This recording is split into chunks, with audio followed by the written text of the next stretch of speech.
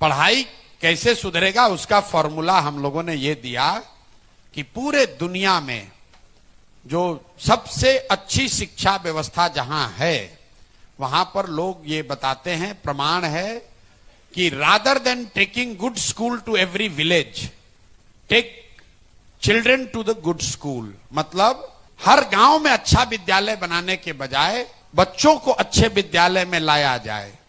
ये पूरे दुनिया में ऐसी व्यवस्था खासकर स्कैंडिनेवियन कंट्री में है। तो हम लोग ने जब बिहार का अध्ययन कराया तो पाया कि एक प्रखंड में, अभी जो प्रखंड है कोई छोटा है कोई बड़ा है, लेकिन औसतन एक प्रखंड में अगर 5 अच्छे विद्यालय बना दिए जाएं और बच्चों को स्कूल बस की सुविधा दे दी जाए तो कोई ऐसा गांव नहीं है जहां से बच्चे 20 मिनट में स्कूल तक न पहुंच सकें।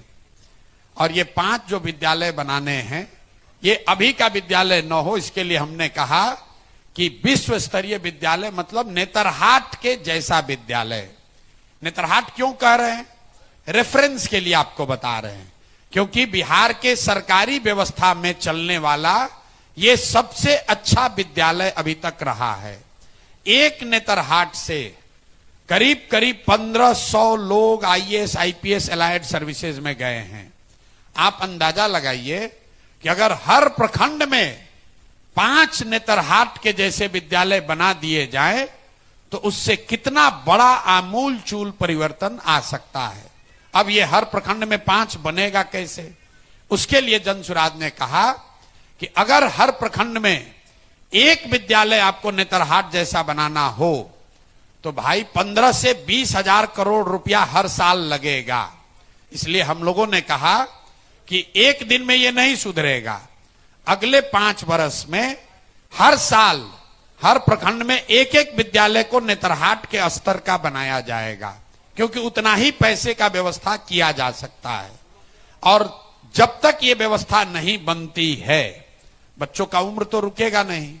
तो इसके लिए हमने कहा कि अगर आपके गांव पंचायत में जब तक सरकारी विद्यालय नेतरहाट के स्तर का न हो जाए, आप अपने बच्चे को प्राइवेट स्कूल में भेजिए और उसका फीस सरकार की ओर से दिया जाएगा। अब कुछ लोगों ने कहा अरे भाई इसे तो सब लोग प्राइवेट में चला जाएगा। बिल्कुल नहीं जाएगा। पूरे दुनिया का रिसर्च है, अगर सरकारी और प्राइवेट दोनों व्यवस्था हो तो ज्यादातर लोग सरकारी व्यवस्था में जाना चाहते हैं।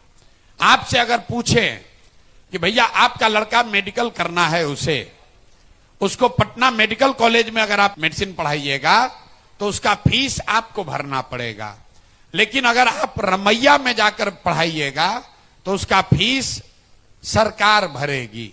आपसे पूछा जाए कि आप अपने बच्चे को कहां मेडिकल पढ़ाना चाहते हैं तो ज्यादातर आदमी कहेगा कि हमको रमैया का फीस नहीं चाहिए, हमको पटना मेडिकल कॉलेज में ही एडमिशन करा दीजिए।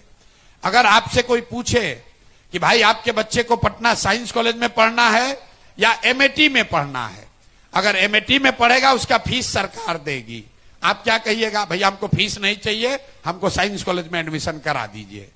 ये पूरे दुनिया का रिसर्च है। आपसे कोई कह दे कि भैया आपको इलाज कराने के लिए दिल्ली जाना है, एम्स में जगह मिल रहा है वहां जाओगे कि अपोलो में जाओगे? ज्यादातर लोग कहेगा नहीं भैया हमको एम्स में ही जगह मिलता है तो भेजिए, अपोलो से ज्यादा अच्छा डॉक्टर एम्स में है। तो ये पूरे दुनिया का रिसर्च है।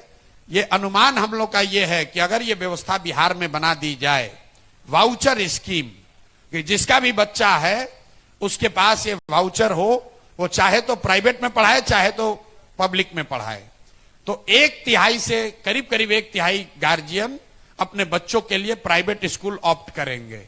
एक अंतिम बात, कई लोगों को लगता है सरकारी विद्यालय मुफ्त है। मुफ्त नहीं है।